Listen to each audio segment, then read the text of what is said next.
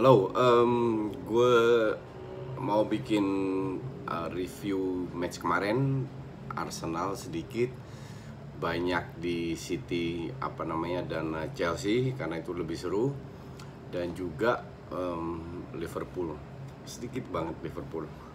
Oke. Ya, sebelumnya seperti biasa disponsorin oleh Mills. Banyak aparel untuk nge-gym, running, bola, juga sporty setiap hari. Bisa sekarang udah di banyak kota, bahkan luar di Kalimantan, Balikpapan kalau nggak salah, Malang, Jogja, Bandung, wherever lah. Kalau nggak, lo masih bisa beli online. Oke? Jadi kita mulai dari Arsenal yang kemarin seri 2-2. Gue sih berharap kalah ya, fair aja, karena mereka ada beberapa momen bermain bagus, hanya beberapa momen.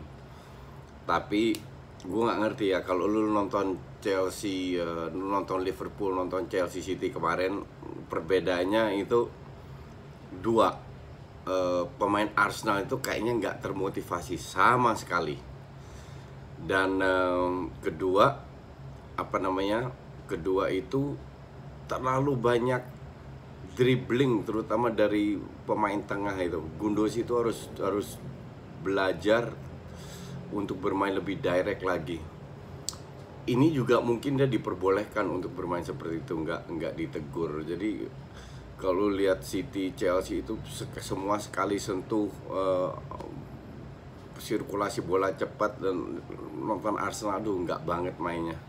Padahal mereka memiliki banyak pemain yang berkualitas ya, yang at least bisa memberi perlawanan untuk bermain lebih bagus lagi lah. Dan kemarin beruntung seri itu lawan Leicester yang diobok-obok, lawan Southampton yang diobok-obok sama Leicester 9-0 loh. Dan kalau Southampton pemain depannya kayak si Buffal dan siapa lagi itu, pemainnya memiliki kualitas bagus, itu udah 1-4 itu skornya, atau 1-5. Mereka memiliki begitu banyak peluang. Dan Arsenal di beberapa menit terakhir memang mengambil risiko bermain man to man, tapi nggak tahu, semua nggak kelihatan, bukan Özil aja, tapi semua itu nggak kelihatan. Dan kalau gue melihat ini murni salah Emery dari sisi strategi, dari sisi motivasi, dan ini berulang-ulang terus. Ini bukan sekali loh. Bahkan gue lupa terakhir Arsenal menang kapan, dan terakhir Arsenal main bagus kapan, gue udah nggak tahu lagi. Bahkan ini menuju sama parahnya kayak zaman Wenger lah, kalau gue lihat. Jadi untuk gue sih, dan Eddie Broccoli juga setuju, secepatnya Emery out, ganti Pochettino. Tapi Pochettino kayaknya nggak mau. Whatever, yang penting Arsenal out of Emery out, dan Arsenal bisa kembali lagi. Nggak usah juara nggak apa, tapi at least bisa menghibur, memberi perlawanan tiap minggu. Dan sekarang itu levelnya itu level mediocre banget. Oke, terus Liverpool ya, Liverpool gue jujur gue nggak nonton. Cuman orang bilang ya beruntung itu nggak mungkin, beruntung itu cuma 1-2 kali, nggak mungkin terus-terusan. Dan mereka itu berkat mereka bekerja keras. Lalu kira 19 tim lainnya itu nggak bekerja keras, ngopi doang di lapangan. Tapi kenapa hanya Liverpool yang selalu cetak gol di menit-menit terakhir? Kalau nggak cetak gol ya dapat penalti. Hal-hal kayak gitu kalau bukan beruntung itu apa namanya? Dan nggak ada salahnya juga, memang mereka lagi wangi aja. Dan kalau gue bilang kemarin juga golnya Palace dianulir ya, orang bilang ada pelanggaran sebelumnya dan lain-lain. Ini kan bukan pertama kali ya. Ini yang gue takutin, bahwa lucknya itu beruntun. Kalau lu lihat City tahun lalu, golnya Company yang nyaris nggak pernah cetak gol, shooting dari jarak jauh, itu juga itu salah satu faktor membuat mereka juara. Jadi yang juara itu memang butuh faktor luck, nggak ada salahnya. Dan mungkin tahun ini untuk Liverpool, gue prediksi sih Liverpool juara ya, tapi gue nggak tahu. Kalau sekarang nggak juara, nggak akan juara lagi, karena dari segala segi mereka, salah nggak main kemarin pun nggak ada masalah, tetap bisa menang. Dan Crystal Palace di kandang sendiri bukan lawan yang gampang ya untuk dikalahkan. Jadi Liverpool sih kayaknya kalau begini terus tuh akan mendapat gelar setelah berapa 30 tahun ya. Terus Chelsea dan City, oke. Dari awal gue sudah bilang di DPI kan biasa ditanya, gue paling benci ditanya prediksi, tapi ditanya prediksi gue bilang 2-1. Kenapa 2-1? Karena gue melihat City lebih berpengalaman, lebih matang, dan banyak pemain yang bisa cetak gol. Kenapa 1 buat Chelsea? Karena Chelsea mainnya perkembangannya itu pesat dan luar biasa. Mereka kalah pengalaman, tapi dengan kualitas yang mereka miliki mereka bisa cetak gol. Dan itu terbukti. Apakah gue paranormal? Tidak, karena itu harusnya 3-1 kalau menurut gue. Kalau tangan nggak dihitung dan harusnya tidak dihitung, itu tangannya offside ya. Cuman VAR ini kan apa namanya banyak kontroversi. Kita nggak usah bahas itulah. Kita bahas permainan Chelsea dan City. Di setengah jam pertama, Chelsea itu belajar pada saat mereka melawan MU ya.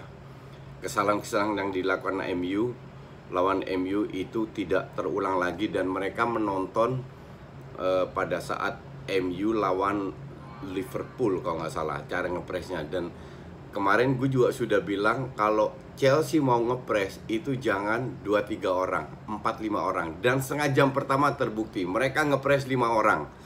Kesulitan sampai mereka bisa cetak gol. Gol itu untuk gue layak didapatkan oleh Chelsea, sangat layak. Kalau lu lihat line up di lini tengah itu benar-benar senior yang dimainkan. Kovacic, Kante, dan Jorginho. Depan Pulisic, Willian, sama Tammy Abraham ya. Cuman lu tidak bisa berharap bahwa pemain muda kayak Pulisic, kayak Tammy Abraham, kayak Emerson itu bermain bagus. Emerson bermain jelek banget by the way. Itu selalu bermain bagus. Tidak bisa. Maka dari itu sebenarnya gue berharap bahwa Pedro yang masuk, bukan Pulisic. Pedro, Willian, Tammy Abraham di depan. Di tengah bukan Kovacic tapi Mason Mount. Karena dengan lini tengah Kovacic, Kante, Jorginho itu tidak ada pemain yang bisa cetak gol. Powernya itu tidak ada. Insting killer insting nggak ada. Kante itu kan dipaksa untuk ke depan, untuk sekali-sekali bisa cetak gol. Kalau kemarin sana bermain Jorginho, Mason Mount, dan Kante, gue rasa bukan berarti mereka menang, tapi peluang untuk cetak gol itu akan lebih besar dengan Pedro dan William di sayap. Tapi ini kan pilihan dari Lampard. Mason Mount sayang sekali dicadangkan ya, mungkin karena faktor tekanan itu. Tapi harusnya Lampard berani mengambil risiko dengan memasukkan Mason Mount. Tapi di luar itu, di luar line up, Chelsea bermain luar biasa bagusnya. Dan belajar dari kesalahan yang mereka lakukan pada saat melawan Man United dan melawan Ajax, di mana gap mereka memberikan lawan terlalu banyak space untuk bermain. Dan kemarin pertama kali kalau nggak salah ya, di bawah Pep mungkin City kalah ball possession. Gue nggak inget kapan, apakah ada match entah itu internasional atau nasional di mana di kandang Etihad lawan bisa lebih unggul dari sisi ball possession. Dan itu dilakukan oleh Chelsea. Apakah ini sengaja strategi dari Pep? Gue rasa tidak. Ini memang luar biasanya Chelsea berani bermain sangat disiplin, dan jarak antar pemain tidak terlalu jauh, tidak terlalu dekat. Passing-passingnya, sirkulasi bola cepat, sekali dua kali sentuh, sangat berbeda dengan Arsenal, MU contohnya. Tapi ini yang membuat Chelsea disiplinnya ini mengikuti instruksi dari Frank Lampard sehingga mereka bisa bermain sangat bagus. Kenapa mereka kalah? Kalau gue bilang murni dari pengalaman, murni dari kualitas. Golnya dari siapa namanya, Mahrez itu kan faktor lucknya gede juga ya. Walaupun secara overall mungkin City layak menang karena juga Aguero dapat setelah kesalahan Kepa dapat bola di shooting kena mistar dan lain-lain. Cuman kalau gue jadi Chelsea ya, gue sangat nggak usah sedih gitu kalah lawan City di kandang. Itu untuk gue adalah sebuah calculated loss, kekalahan yang sudah diperkirakan akan terjadi. Tapi yang buat gue sangat, kalau gue bukan fans Chelsea ya, kalian tahu, untuk fans Chelsea terutama sangat puas dengan permainan yang ditunjukkan Lampard, karena itu sangat menjanjikan. Kalau seandainya mereka bisa mendatangkan 3, 4, mungkin 5 pemain bagus musim depan summer, Chelsea untuk gue salah satu calon juara kuat. Walaupun kualitasnya masih di bawah Liverpool dan City ya, karena mereka itu sekarang murni kekurangan pengalaman jam. Terlalu banyak pemain yang tidak memiliki jam terbang banyak. Di belakang kalau lihat Emerson, Zuma, siapa namanya, Zuma, Tomori, itu kan bukan semua bisa bilang praktis, masih muda. Hanya tengah yang lebih berpengalaman dan depan pun juga praktis muda. But that's okay.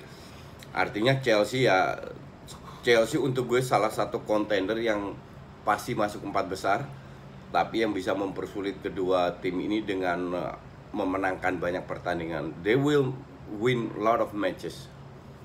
Dan berbahagialah kalian fans Chelsea, beda sama fans MU sama Arsenal. See you.